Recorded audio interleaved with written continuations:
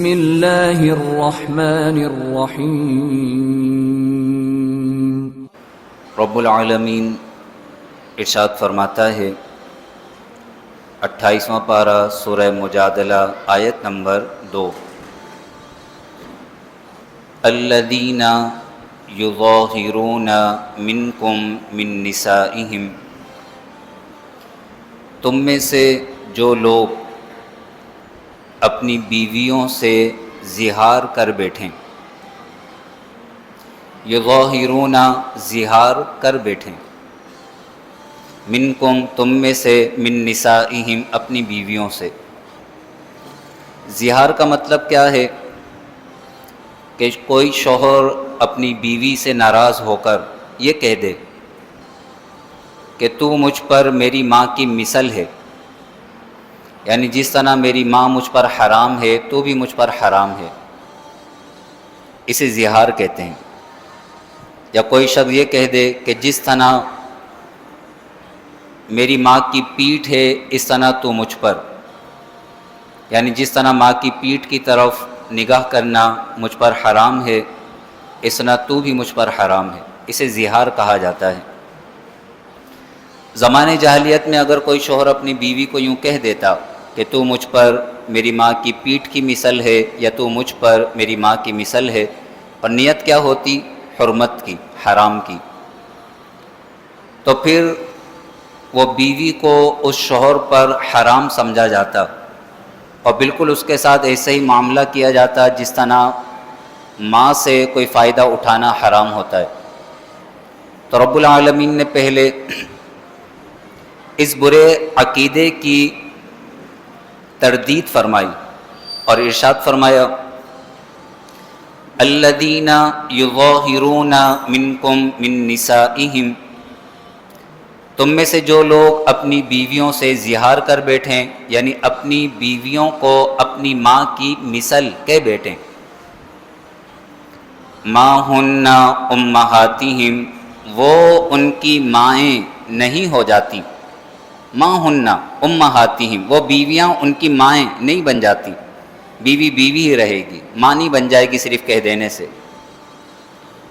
ان امہاتہم، ان کی مائیں تو وہی ہیں، الا اللائی ولدنہم، جن سے وہ پیدا ہوئے ہیں، جنہوں نے انہیں جنم دیا ہے وہ ان کی مائیں ہیں، صرف زبان سے کہہ دینے سے کوئی ماں نہیں ہو جائے گی، لیکن چونکہ اس نے حرمت کی نیت کی اور اتنی بری بات اپنی زبان سے نکالی ہی، تو اب یہ اپنی بیوی کے قریب نہیں جا سکتا، اس سے قربت نہیں کر سکتا جب تک کفارہ ادا نہ کرے، کیونکہ بیوی کو ماں کی مثل کہہ دینا حرمت کے اندر یہ اللہ کے نزدیک بڑی ہی ناپسندیدہ بات ہے۔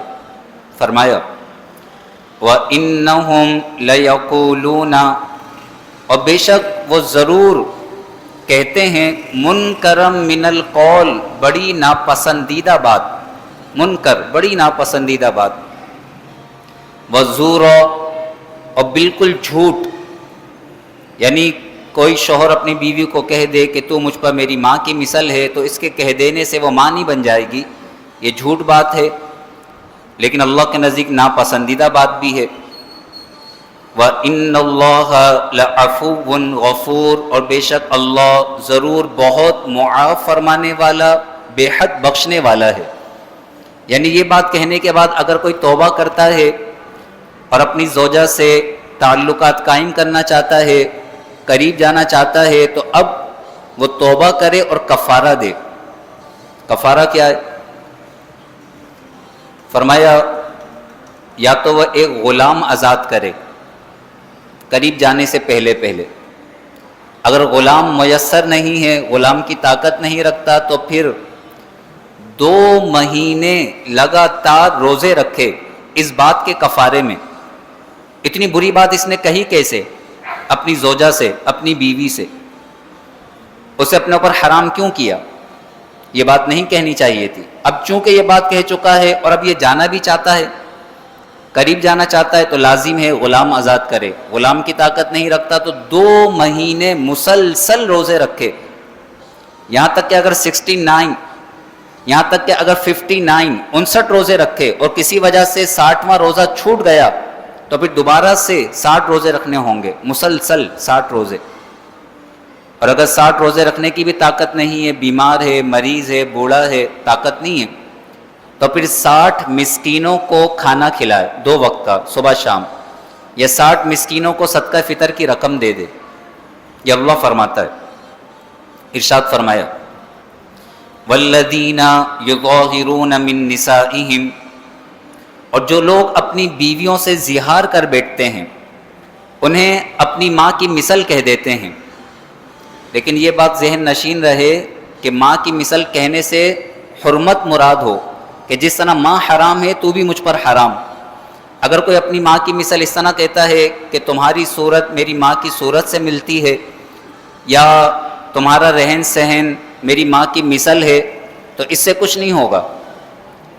یہ زہار جب ہوگا جب انسان اپنی بیوی کو اپنے اوپر حرام کرنے کی نیت سے یہ کہے کہ تو مجھ پر میری ماں کی مثل ہے، تو پھر زہار ہو جائے گا، وہ بیوی اس پر حرام ہو جائے گی، اس کے قریب نہیں جا سکتا جب تک کفارہ نہ دے. کفارہ کیا ہے؟ اللہ فرماتا ہے والذین یظاہرون من نسائہم، اور جو لوگ اپنی بیویوں سے زہار کر بیٹھیں انہیں اپنی ماں کی مثل کہہ دیں.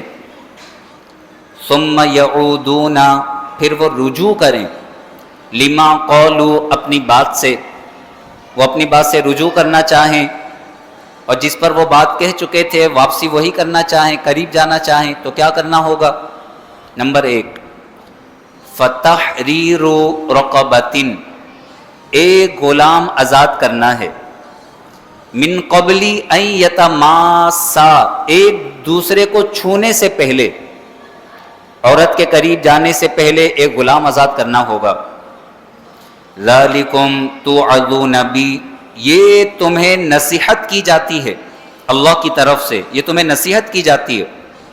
واللہ بما تعملون خبیر، اور اللہ تمہارے ہر عمل سے باخبر ہے.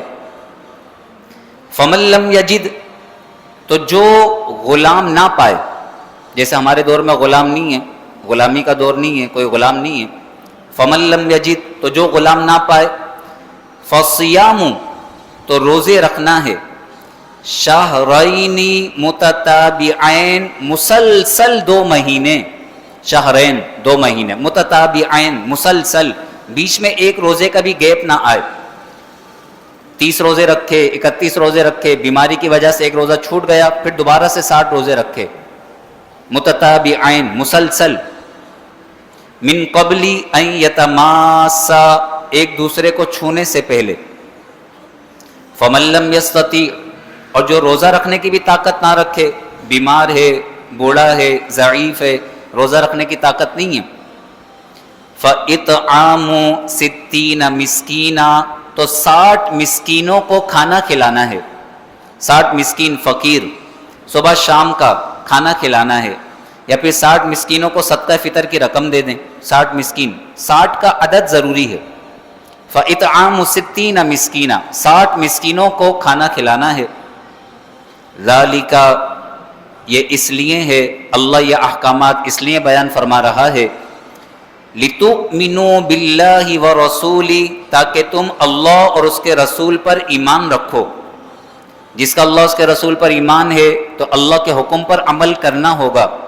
اگر کوئی اسے ہلکا سمجھ کر اس کا انکار کر دے گا اور اس کی پرواہ نہیں کرے گا تو وہ اللہ کی حدود کو پامال کرے گا، اس کا ایمان ضائع ہو جائے گا جو ان احکامات کا انکار کرے.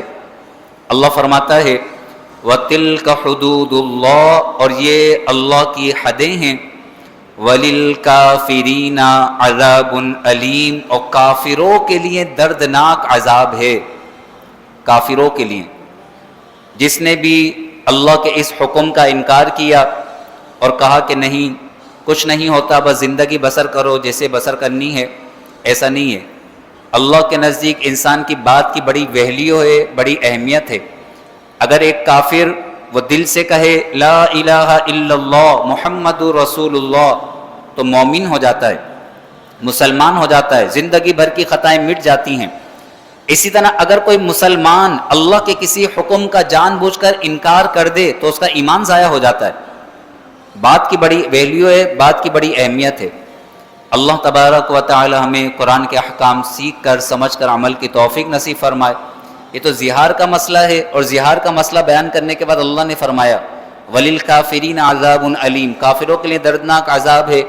ہمارے دور میں تو ایسے بھی لوگ ہیں 3 طلاقیں دے دیتے ہیں، اور 3 طلاقوں کے بعد بھی نعوذ باللہ من ذالک وہ ایک ساتھ رہ رہے ہوتے ہیں۔ جب سمجھایا جاتا ہے تو نعوذ باللہ من ذالک وہ قرآن کی آیات کا انکار کر دیتے ہیں، احادیث کا انکار کر دیتے ہیں۔ الامان والحفیظ، اللہ تبارک و تعالی مسلمانوں کو عقل سلیم عطا فرمائے۔ اصل تو ایمان ہے، جو اپنے ایمان کو اس دنیا سے سلامت لے گیا۔ اور ایمان کیا ہے؟ اللہ کے احکامات کو ماننا، اس کا انکار نہیں کرنا، ورنہ انکار کیا تو وَلِلْكَافِرِينَ عَذَابٌ عَلِيمٌ، کافروں کے لیے دردناک عذاب ہے۔ اللہ تبارک و تعالی ہمیں ہمارے ایمان پر ثابت قدمی نصیب فرمائے۔ اللہ کے کسی حکم کا ہم کبھی بھی انکار نہ کریں۔ اللہ ہمیں ہمیشہ اپنی اطاعت و فرما برداری کرنے کی توفیق نصیب فرمائے۔ آمین۔ وآخر دعوانا ان الحمد للہ رب العالمین، وصلی اللہ تعالی علی خیر خلقہ ونور عرشہ سیدنا و مولانا محمد وعلی آلہ واصحابہ اجمعین، آمین برحمتک یا ارحم الراحمین۔